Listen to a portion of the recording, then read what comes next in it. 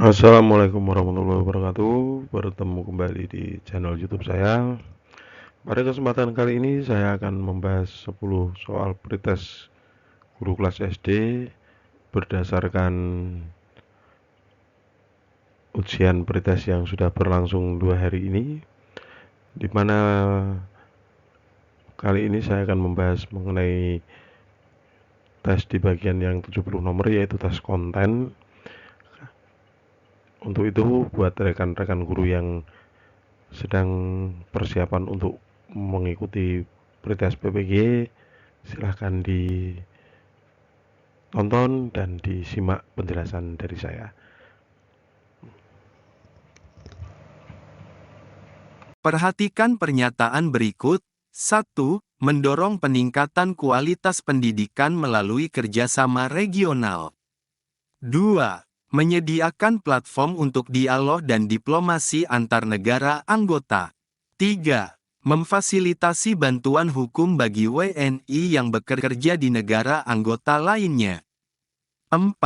Membantu pemerintah Indonesia dalam melawan teroris. 5. Memajukan pengembangan ekonomi Indonesia melalui integrasi ekonomi ASEAN. Pernyataan yang benar tentang peran ASEAN bagi Indonesia adalah A. 1 dan 5, B. 2 dan 3, C.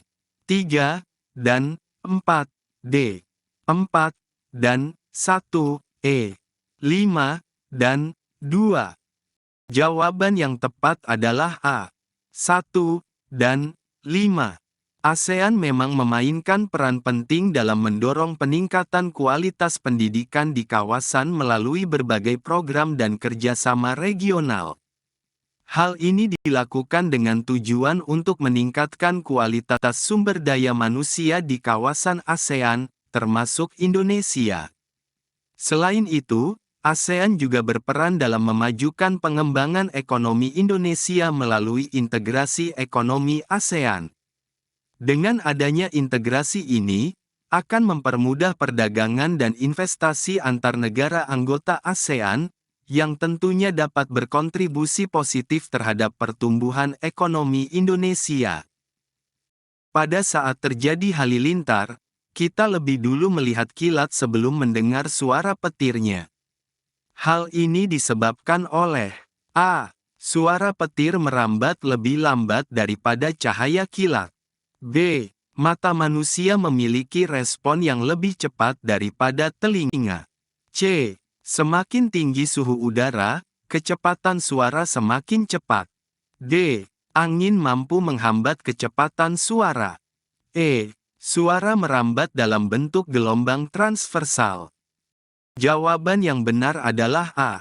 Suara petir merambat lebih lambat daripada cahaya kilat. Hal ini terjadi karena kecepatan rambatan cahaya, sekitar 300.000 km per detik, jauh lebih cepat dibandingkan dengan kecepatan rambatan suara, sekitar 343 meter per detik di udara pada suhu 20 derajat Celcius. Sehingga, cahaya kilat dari petir akan sampai ke mata kita jauh lebih cepat dibandingkan suara petirnya. Pilihan B, C, D, dan E tidak relevan dengan fenomena ini. Pilihan B salah karena ini bukan tentang respon organ sensorik, tetapi tentang perbedaan kecepatan rambatan cahaya dan suara. Pilihan C salah karena meskipun suhu mempengaruhi kecepatan suara, tetapi tidak ada hubungannya dengan mengapa kita melihat cahaya sebelum mendengar suara. Pilihan D dan E juga salah karena angin dan jenis gelombang tidak relevan dalam konteks ini. Berikut ini adalah beberapa manfaat dari keberadaan ASEAN, menjaga perdamaian dan stabilitas di kawasan, menguatkan kerjasama antar negara anggota, mempromosikan hak asasi manusia, dan meningkatkan kesempatan beasiswa bagi mahasiswa dari negara anggota. Manfaat ASEAN yang mencerminkan bidang politik dan keamanan adalah A. Mendorong kerjasama dalam bidang pembangunan dan percepatan kemajuan ekonomi. B. Menyediakan platform untuk memperjuangkan kepentingan nasional di forum internasional. C. Membantu menciptakan stabilitas, perdamaian, dan ketertiban di kawasan Asia Tenggara. D. Sebagai anggota yang memperjuangkan hak asasi manusia. E. Mendayagunakan aparatur negara dengan baik di kawasan Asia Tenggara. Jawaban yang benar adalah C. Membantu menciptakan stabilitas, perdamaian, dan ketertiban di kawasan Asia Tenggara. Salah satu tujuan utama ASEAN adalah menjaga stabilitas dan perdamaian di kawasan Asia Tenggara.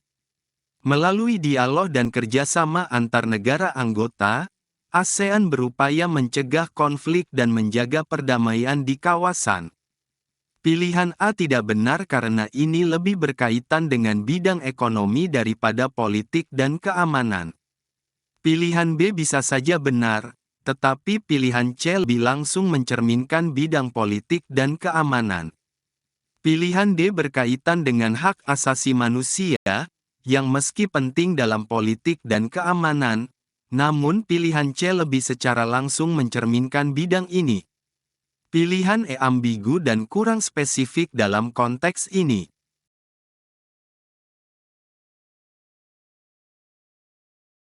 Sebuah siklus kehidupan lalat meliputi 4 tahap. Berikut ini adalah tahap-tahap tersebut yang ditampilkan secara tidak berurutan. 1. Telur. 2. Dewasa. 3. Pupa.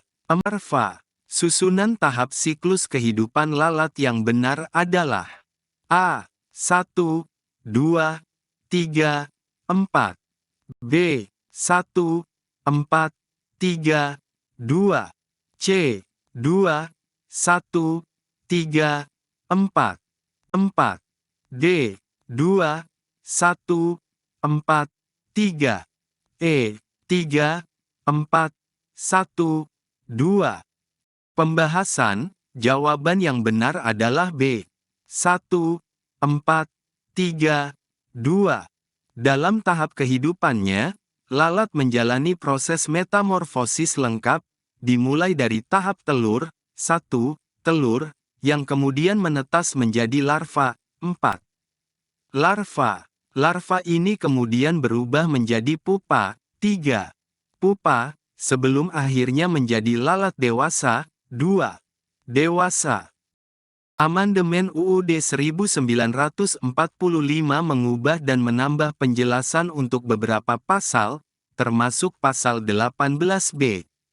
Amandemen pasal 18B UUD 1945 berisi mengenai A. Pemerintah pusat memiliki kewenangan mutlak dalam pemerintahan. B. Pemilihan kepala daerah dilakukan melalui mekanisme pilkada. C. Negara mengakui dan menghormati kesatuan masyarakat hukum adat dan hak-hak tradisionalnya. D. Pemerintahan daerah dilakukan secara sentralistik. E. Pendidikan di daerah menjadi kewenangan pusat secara eksklusif. Jawaban yang benar adalah C. Negara mengakui dan menghormati kesatuan masyarakat hukum adat dan hak-hak tradisionalnya. Pasal 18B UUD 1945 setelah amandemen berbunyi, Pasal 18B ayat 1.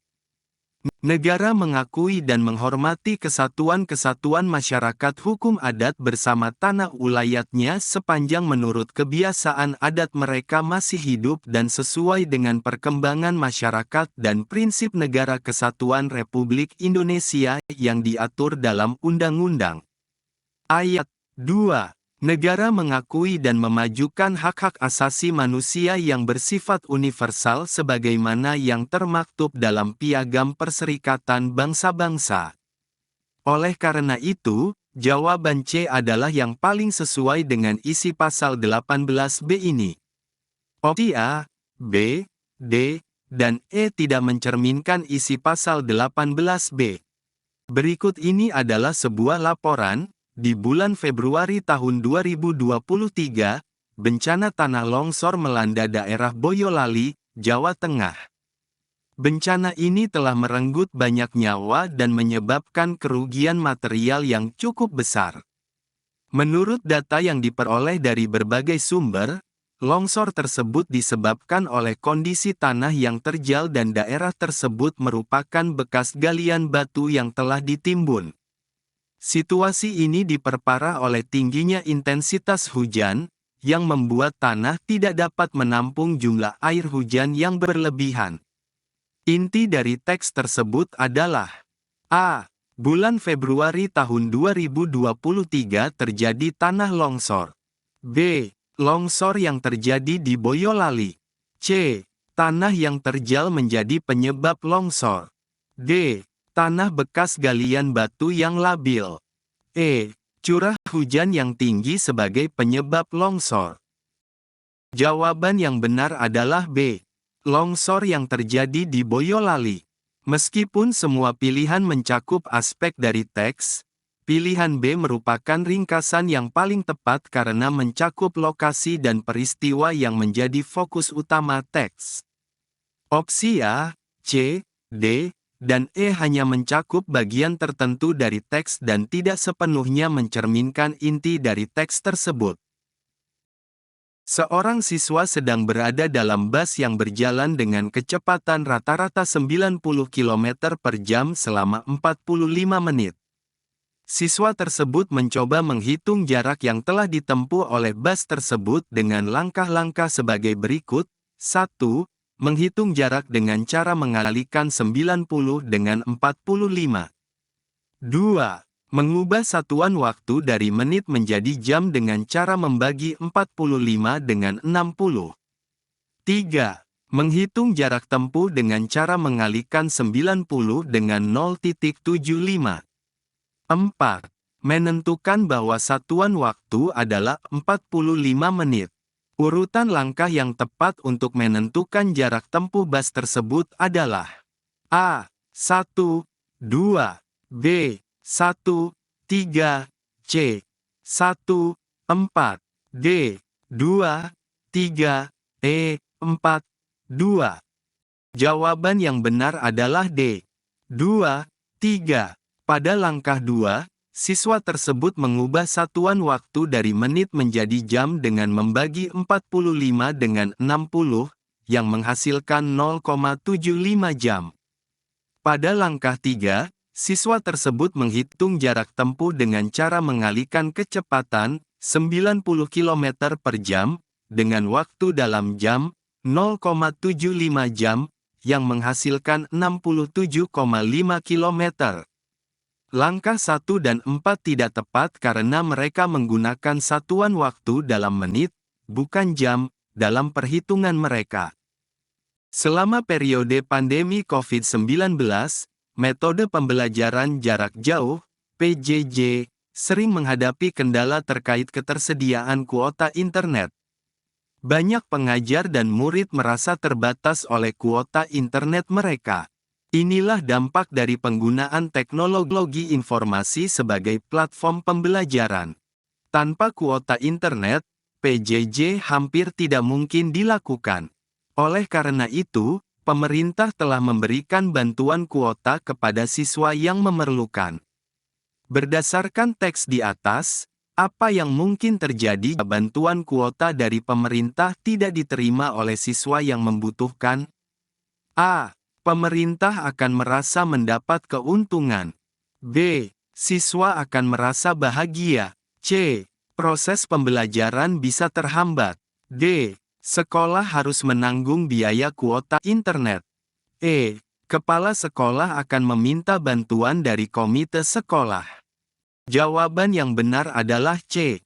Proses pembelajaran bisa terhambat. Dalam teks tersebut dijelaskan bahwa tanpa kuota internet, PJJ tidak dapat berlangsung. Jadi, jika bantuan kuota dari pemerintah tidak sampai kepada siswa yang membutuhkan, maka proses pembelajaran bisa terhambat. Pilihan lainnya tidak memiliki hubungan langsung dengan informasi yang disajikan dalam teks. Ibu Yanti, seorang guru matematika, Selalu mempersiapkan materi dengan baik sebelum masuk kelas dan menjelaskan materi secara sistematis dan rinci. Namun, Ibu Yanti jarang memberikan tugas kepada peserta didiknya dan cenderung tidak peduli jika ada siswa yang tidak mengerti materi yang diajarkan. Dia juga jarang memonitor dan memberikan umpan balik terhadap kemajuan belajar siswanya. Berdasarkan teks tersebut, manakah pernyataan yang paling tepat berkaitan dengan kredibilitas guru? A. Ibu Yanti kurang kredibel, karena kurang memberikan perhatian pada kemajuan belajar siswa. B. Ibu Yanti adalah guru yang kredibel, karena selalu mempersiapkan materi dengan baik. C. Ibu Yanti adalah guru yang kredibel, karena menjelaskan materi secara sistematis dan rinci. D. Ibu Yanti tetap kredibel, karena memiliki kemampuan mengajar yang baik. E. Ibu Yanti adalah guru yang kredibel, karena tidak membebani siswa dengan tugas. Jawaban yang paling tepat adalah A. Ibu Yanti kurang kredibel, karena kurang memberikan perhatian pada kemajuan belajar siswa. Seorang guru yang kredibel tidak hanya ditentukan oleh persiapan dan penjelasan materi yang baik, tetapi juga perhatian, pemantauan, dan umpan balik terhadap kemajuan belajar siswanya. Menurut deskripsi, Ibu Yanti tidak melakukan hal-hal tersebut, sehingga kredibilitasnya sebagai guru dapat dipertanyakan. Saat jam istirahat, Budi melihat temannya, Joko, sedang kesulitan mengerjakan PR matematika. Tanpa diminta, Budi membantu Joko untuk memahami materi yang diberikan. Tindakan Budi tersebut menunjukkan A. Hak anak di rumah. B. Kewajiban anak di rumah. C. Hak anak di sekolah. D. Kewajiban dan hak anak di rumah. E. Kewajiban dan hak anak di sekolah.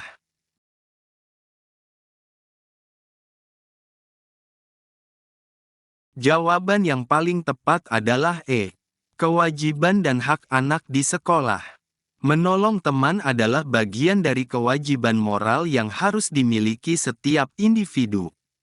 Di sekolah, ini interaksi sosial dan kewajiban moral antar siswa. Selain itu, Budi juga memiliki hak untuk berinteraksi dan membantu temannya dalam lingkungan sekolah. Oke, rekan-rekan guru pejuang sertifikat pendidik yang saya banggakan.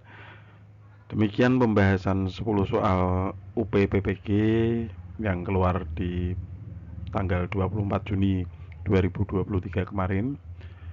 Semoga dapat bermanfaat untuk persiapan pretest yang akan dilaksanakan pada tanggal 22-23 Juli minggu depan. Semoga tetap semangat dan terus belajar. Apabila dalam pembahasan materi yang saya sampaikan ada kesalahan, saya mohon maaf. Akhir kata, wassalamualaikum warahmatullahi wabarakatuh.